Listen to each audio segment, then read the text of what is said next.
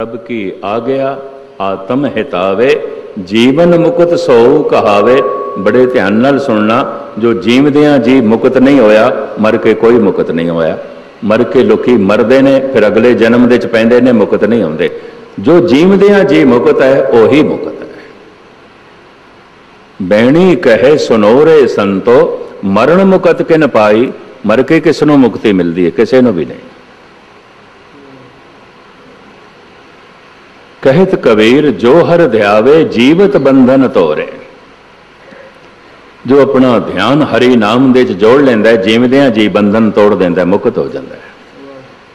बंधन तोरे होवे मुक्त, वो मुक्त हो जाता है। धुन धुनी नाल टकराई, धुनी पूरी खुल गई, नाफ पूरी खुल गई। नाफ खुलदी है दो हालतां च। एक जद आखिरी प्राण निकलदा है, ये पूरी खुल जाती है, फिर बंद नहीं होती। शरीर की मौत हो जाती है। दूजी ये खुलती है जब धुन धुनी नाल टकराती है, उदों खुलती है। तन की मौत तो नहीं आती, मन की मौत हो जाती है। मन मरे धात मर जाए, बिन मन मोए कैसे हर पाए। तन ते अजे मिट्टी दे च मिट्टी नहीं होया, मन जोत दे च जोत हो गया, जीवन मुक्त।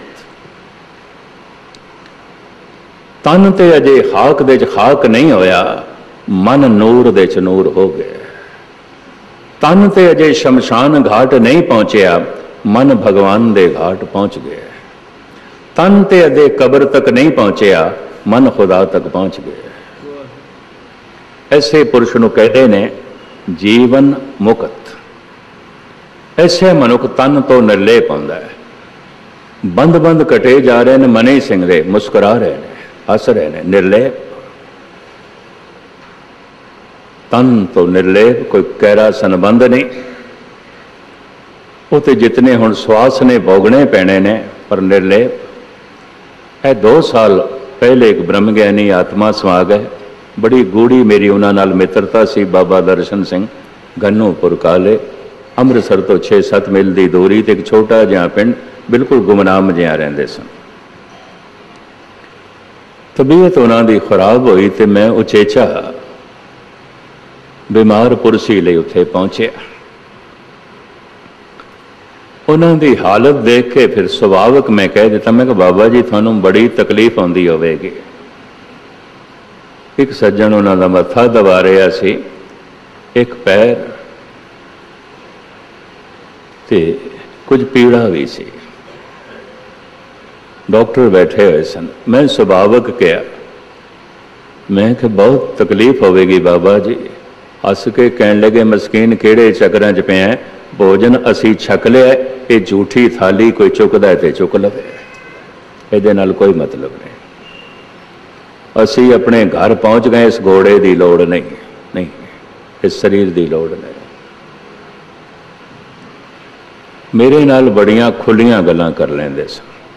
अमृतसर दे च गल मशहूर है, क्योंकि आउंदे कदी कदी सन। जिन्हां दिनां दास कथा करदा है, गुरु रामदास जी के गुरपुरब तो लैके दिवाली तक कोई 45 साल हो गए मैनू। मैं इन्हां दिनां च हाज़री उत्थे भरदा हुंदा। अद की ये 35 दिन होवेगी, क्यों? नानक शाही कैलेंडर के मुताबिक गुरपुरब ते दिवाली दे 35 दिन की विथ पै गई है। पहले 15-16 दिनों की आउंदी सी, 10-15-16 दिन हाज़री भरदा हुंदा सी। कीते हुए प्रण के मुताबिक अद की मैं 35 दिन होवांगा। बाबा जी रोज़ कथा सुनन आउंदे सन। सन 83 की गल है, कथा करके मैं हटिया। नाल दे साथियों ने आसा दीवार का कीर्तन किया सी। बाद दे च नौजवान बच्चे जो उस वक्त तहरीक चल रही सी, उत्थे ही लड़ पे, एक दूजे दियां पग्गां लाण लग पे, गाली गलोच भी। मैं कथा की भावें समाप्ति कर दी सी, हो गई सी। उस तो बाद आपस में लड़न लग पे ते मुंह मेरे निकल गया। मैं क्या हद हो गई, 2.5 घंटे आसा दीवार का कीर्तन होया, 1.5 घंटा कथा हुई है, अंजाम एक दूजे दे नाल गुत्थम गुत्था। तो बाबा दर्शन सिंह कहन लगे तो कुछ नहीं, जो मैनू दिखाई देंदा पिया इत्थे खून दियां नदियां चलणगियां। मैं कहा बाबा जी ये की आखदे? कहंदे दिखाई दे रहा, मैं की करा? वो 84 च मैं देखिया जो कुछ होया। सरोवर तक का पानी भी खून नाल लाल हो गया, लाल रंग का हो गया। ये मैं एक निक्की जिहा गल तुहानूं दसदा, ऐसे मनुख की दिव्य दृष्टि बहुत दूर तक देख लेंदी है, बहुत पिछे देख लेंदी है।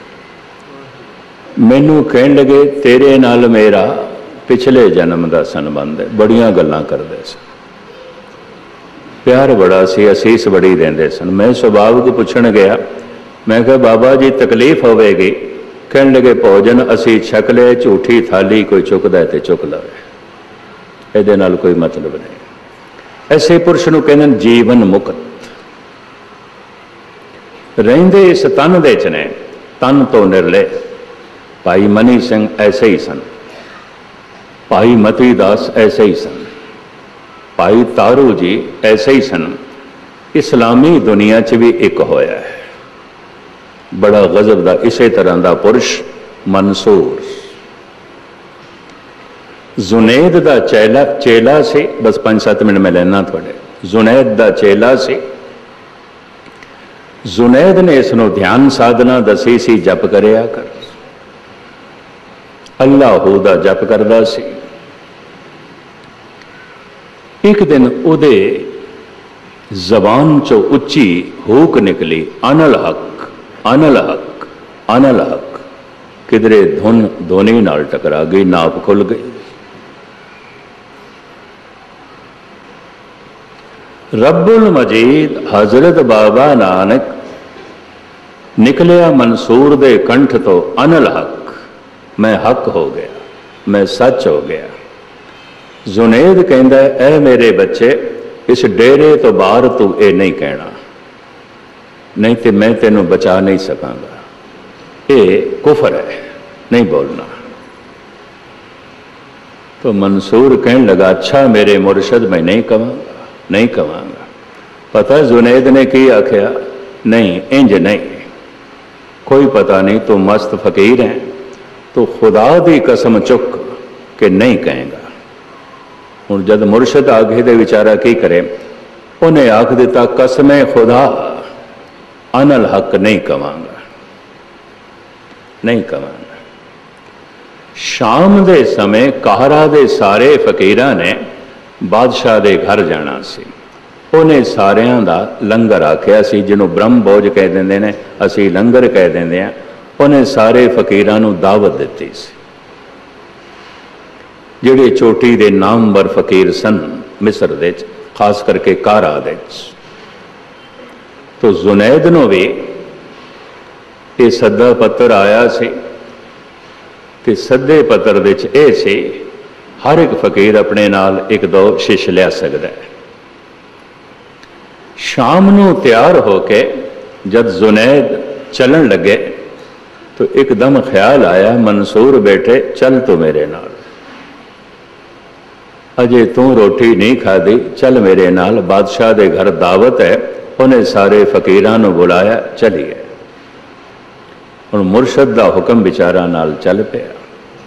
पहुंच गए बादशाह दे महल। जिमें इस्लामी ढंग होंदा है, दस्तरखान विछाया होया सी, गोल दायरे च फकीर बैठे ने, कोई 50-60 दे करीब। अगों भांडे रखे जा रहे हैं, विचकार बादशाह भी बैठा है। इतने सारे अनुभवी फकीर होवन कि गल्लां ते खुदा दियां चलन गियां, रब दियां गल्लां चल पईयां। जब जुनैद दी वारी आई तो जुनैद सिर्फ उपरों उपरों गल नहीं करता सी। गहराई तो जितनी गहराई तो धुन निकलती सी, उतनी गहरी उसकी श्रद्धा सी, उतना गहरा उसका विश्वास सी, उतनी गहरी उसकी अकीदत सी। 2-4 लफ्ज़ ही अजे खुदा बारे बोले है तो मंसूर दे कंठ तो निकल गया अनल हक, अनल हक। बादशाह नूं क्रोध आ गया, गुस्सा चढ़ गया। हैं एक काफर नाल रखे है तू, एक काफर नूं इत्थे ले आया मेरे कोल, मेरा सारा सवाब खराब कर देता। सवाब भाव मैं पुण्य का काम किया सी, तू सारा पाप दे च बदल दिता। मैं तो सारे फकीरां नूं दावत दिती सी, सारियां नूं वस्त्र देने सन, धन देना सी मैं, पर इस काफर नूं लिया के तू मेरा सवाब गुनाह दे च बदल दिता, मेरे पुण्य नूं पाप दे च बदल दिता। इस काफर नूं तू हुण नाल नहीं रखना, इनू असी सज़ा देंगे। 16 दिन उस ते मुकदमा चलिया, काजियां ने फितवा लाया इनू सूली ते चाड़ के मारिया जाए, और सूली चाड़न तो पहले इसनू पत्थर भी मारो। कसूर की अनल हक उहदे कंठ तो निकले, इन्ना ही कसूर। सूली ते चाड़ना, चरखियां ते चाड़ना, जिंदा जलाना, तती तवी ते बिठाना, उबलदी देग दे च बिठाना, इस तरह दीयां भयंकर सजावां उत्थों इत्थे आईयां। ये भी महज करते हैं। बेचारे नूं पकड़ लिया गया, 16 दिन मुकदमा चलिया, कईयां दी गवाहियां लईयां गईयां ने, किथे किथे आखिया, सारे ने तो कहंदा ही रहिंदा अनल हक, जद इसकी मौज आउंदी कह दिंदा अनल हक। अज 16वां दिन सी, भरे मैदान दे इनू सूली ते चाड़न वास्ते ले जा रहे हैं। तमाशबीन आए ने, दुनिया आई है, चूंकि काफर समझते हैं तो अंदर गिरना है, लोगों के गिरना। जुनैद भी आया जिहड़ा उसका मुरशद सी, जिसने सब दसिया सी, पालिया सी, पोसिया सी, वड्डा कीता सी, सिर्फ शरीरक तौर पर नहीं धार्मिक तौर पर भी वड्डा कीता सी। जप करदियां करदियां वो अखीरली अवस्था ते पहुंचिया सी। जुनैद कोल पहुंचया, मंसूर नूं संबोधन करदियां उसने बड़े कीमती बोल कहे ने, ऐ मेरे बच्चे, पागलों की भीड़ विच इतना सियाणा हो जाना भी पागलपन है। मैनू ऐसा महसूस होता। भीड़ पागलों की सियाणा तू एक। पता है महात्मा बुद्ध ने की आख्या सी अपने चचेरे भरा आनंद नूं, आनंद बहुत वड्डी भीड़ विच कोई चंगे मनुख नहीं आउंदे, और चंगे मनुखों की जमीन ते कदी भीड़ नहीं आती, कदी भीड़ नहीं। सूत्र है ये छोटा जिहा धम परदा सूत्र है। आनंद चचेरा भरा सी, उम्र दे च वड्डा सी, चेला बन गया सी। आनंद बहुत वड्डी भीड़ दे च कोई चंगे मनुख नहीं आउंदे, और चंगे मनुखों की जमीन ते कदी भीड़ नहीं, कदी भीड़ नहीं। जुनैद कहंदा है इतनी वड्डी भीड़ विच, पागलों की भीड़ विच इतना सियाणा हो जाना भी मैनू इंज लगता है जिवें पागलपन है, पागलपन। गुनाहगारां की भीड़ विच इतना सवाबशील हो जाना भी मैनू इंज लगता है जिवें एक गुनाह होवे, एक गुनाह होवे। ये जुनैद कहंदा है भीड़ पागलों की है, सियाणा तो एक है। भीड़ गुनाहगारां की है, पुनीत तो एक है। मैं नहीं बचा सकता, मैं नहीं छुड़ा सकता, मैनू दुख है, बहुत दुख है, लेकिन मैं इत्थे आया दुख प्रगट करने लई नहीं, एक गिला करने लई। मंसूर कहंदा मेरे मुरशद की गिला है, मेरे को केड़ी गलती हुई है, थानू की गिला है। जुनैद कहंदा गिला यह है तू खुदा की कसम चुकी सी, कसमे खुदा अनल हक नहीं कवांगा, पर तू आखे मेरे सामने आखे, भरी महफिल दे आखे, तू खुदा की कसम तोड़ी है, ये क्यों कीता है? ये क्यों कहता है? बस मैं ये गिला करना आया।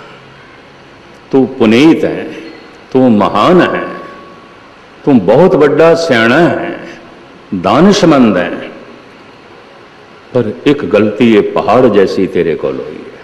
तू खुदा दी कसम चुकी है ते फिर अनल हक आखे। हुण पता है मंसूर की कहंदा, मेरे मुर्शद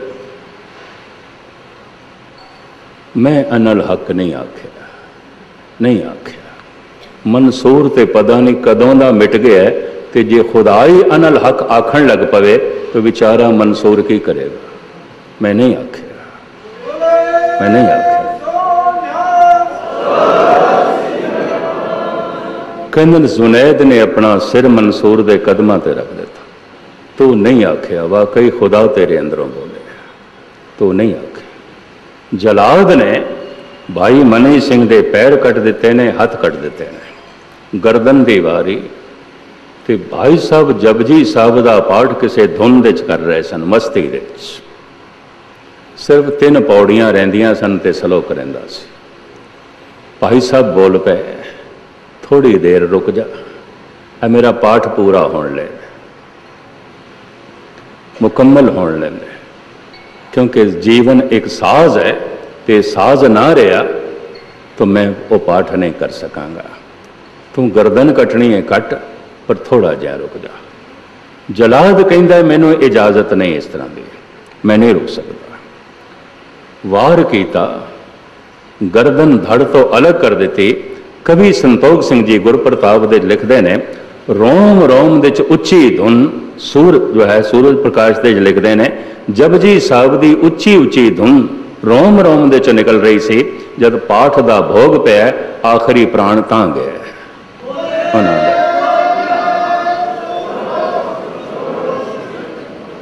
रोम रोम जे रसना पाओ, इस तरह का मैं सुनिया और इतिहास दे च भी है। इसका तजर्बा अमेरिका ने किया। ऐसा जानवर उन्होंने समुद्र तो पकड़े है जो बंदर की तरह मनुख की नकलां करता है। उन्होंने ट्रेनिंग देंदे पे ने समुद्र दे वो गश्त लाएगा, बहुत कुछ दसिया करेगा। मैं तो पेपरों च पढ़ के दंग रह गया। एक जानवर है सूअर की शक्ल का थोड़ा जिहा, लेकिन मनुख की नकल करता है। जैसा मनुख करे वैसा वो करन लग पैंदा है। रब दी ने उन्होंने पकड़िया, उन्होंने तरह तरह की ट्रेनिंग दी गई। उसकी बोलण की आदत बड़ी है, यानी आवाज़ कढ़ण की। खड़ा खड़ा 1 मिनट बाद आवाज़ कढ़ेगा, उच्ची आवाज़ कढ़ेगा। उन्होंने तजर्बा किया, इसका मूँह बंद करते हैं, देखते हैं दे अंदर बोलण का, एक कूक करन का, आवाज़ करन का कितना जज्बा है, ये तड़पदा है कि नहीं। मूँह कस के बन दिता गया है। ਉਹਦੇ सामने जी ਉਹਦੀ आवाज़ सी जो रिकॉर्ड की गई सी, वो रिकॉर्ड चलाई गई, टेप चलाई गई। हुण वो तड़पदा है, कोशिश करता है मूँह चो आवाज़ कढ़ना, पर मूँह बन्निया होया है। ਉਹਦੇ रोंगटे खड़े हो गए, शरीर के सारे रोंगटियां दे चों वो आवाज़ आने लग पई। एक साइंटिस्ट का लेख पढ़ के मैं तो दंग रह गया। फिर गल स्पष्ट हो गई, रोम रोम जय रसना पाओ, गुरमुख रोम रोम हर दयावे। जज्बे नाल इतना भर जाता है, एक जबान छोटी पै जाती है, पिछों जज्बे का हड़ आ जाता है। एक जबान नाल वो धुन कढ़नी औखी हो जाती है, रोम रोम रसना बन जाती है। भाई साहब भाई मनी सिंह जी दे रोम रोम दे चों पाठ की आवाज़ जारी सी। पाठ का भोग पिया, भाई साहब के शरीर का अंत होया। कहण तो मुराद ऐसे पुरुष शरीर तो निर्लेप हो जाते। ऐसे मनुख शरीर दे होंदे होया शरीर नूं रख के भी किधरे भरमण कर सकते हैं। गुरु हर राय साहब जो थोड़ा बहुत नाराज होए बाबा राम राय थे, एक तो 72 करामातां उसने औरंगजेब नूं दिखाइयां। दूसरा अक्सर 5वें 10वें दिन अपने सूक्ष्म शरीर नूं अस्थूल शरीर दे चों कढ़ देंदे सन, चले जाते सन। इनू रविदास इंज कहते ने, ज्यों ज्यों सैर करे त्यों भावे, महरम मैल न को अटकावे, हर ग्रह नछत्र दे मेरे महरम ने। महरम कहते ने अपने। तरस पिया मैं रहमत होई, जेडे सारे पढ़ते हैं रहमत शब्द नहीं है, तरस पिया मैं रहमत होई। तरस खादा है परमात्मा ने, परमात्मा साडा अपना हो गया।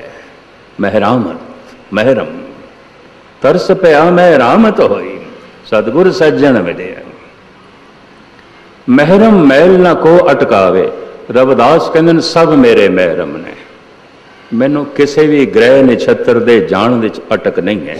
ये खुलासा भी किसी वक्त मैं थोड़े सामने करांगा। सूक्ष्म शरीर किधरे दा किधरे जा सकता है। शंकराचार्य, आदि शंकराचार्य बनारस दा राजा गुजरिया सी, अपने शरीर दे चों सूक्ष्म शरीर कढ़ के उहदे च प्रवेश किया, एक तजर्बे के तौर पर। लंबी चौड़ी बहस हो रही सी मंडन मिश्र नाल, उस करके एक लंबा चौड़ा इतिहास है। अक्सर शंकराचार्य भी इस तरह कर लेंदा सी। बाबा राम राय ते हर 5वें 10वें दिन कर लेंदे सी निर्लेप। एक दिन पत्नी नूं कहन लगे, मैं 7 दिनों बाद आवांगा, शाम तक नहीं, जिवें मैं घंटे 2 घंटे च आ जाना, इस तरह नहीं, तो 7 दिन तक मेरे शरीर की संभाल रखें। सूक्ष्म शरीर का संबंध तो टुट गया, वो नहीं है, अस्थूल पे है। मसंद जो हार खांदे सन राम राय तो, ते सोचते सन एदे होंदियां गुरु बनना साडा बड़ा औखा है, इनू खत्म करिए। तो पता है कि है, चिता सजा लई, अर्थी बना लई ते लिटा दिता। राम राय नूं लै जान लगे, पत्नी रोंदी पई है, बई उन्होंने कहा 7वें दिन मैं आ जाना है। वो इस तरह करते होंगे ने, तुसी जिंदा मनुख नूं जला रहे हो। वो तड़पदी रह गई, वो लै गए शमशान घाट, अग ला दी, अद्धा शरीर जल गया। उदों सूक्ष्म शरीर वापस आया, किधरे खबर पहुंच गई उन्होंने, पर हुण शरीर रहने के लायक नहीं रहा सी, अद्धे तो ज़्यादा जल गया सी। फिर भी शरीर दे प्रवेश करके उच्ची आवाज नाल बोले राम राय, ऐ मसंदो तुसी मैनू जिंदा जलाया, कलगीधर थानू जिंदा जलाएगा। ये इतिहास है। ये गुरु गोबिंद सिंह ने उन्हीं मसंदा नू डेरा दून दे जिंदा जलाया। दुष्ट हो गए सन, बड़े जालिम हो गए सन। राम राय अक्सर इस तरह जो है करदा हुंदा सी, निर्लेप हो जाता सी। इस तरह के पुरुष शरीर के कष्ट तो भी निर्लेप हो जाते हैं, क्योंकि शरीर नाल संबंध नहीं रह जाता। मंसूर नूं सूली ते चाड़िया जा रहा है, मुस्कुरांदा ही रहा। बंद बंद कट्ठे जा रहे ने मनी संग दे, पाठ करते रहे, पाठ करते रहे। उबलदी देग दे बैठे ने, तत्ती तवी ते बैठे ने। गुरु अर्जन देव जी कहते आ गया मैं भूख, सोई कर सूखा, सोग हरख नहीं जाने हो, जो जो हुक्म भयो साहिब का, सो माथे ले मान्या। जितने चिर तक इस शरीर के नाल लिपाए मान है मनुख, ये शरीर मिलता रहेगा, मिलता रहेगा। जुग जुग मेर शरीर का, वासना बद्दा आवे जाए, तो दुख सुख दे जन्म व्यतीत करता रहेगा। जमेगा मरेगा, तरह तरह दुख भोगेगा, सुख भी भोगेगा, कदी दिन ते कदी रात।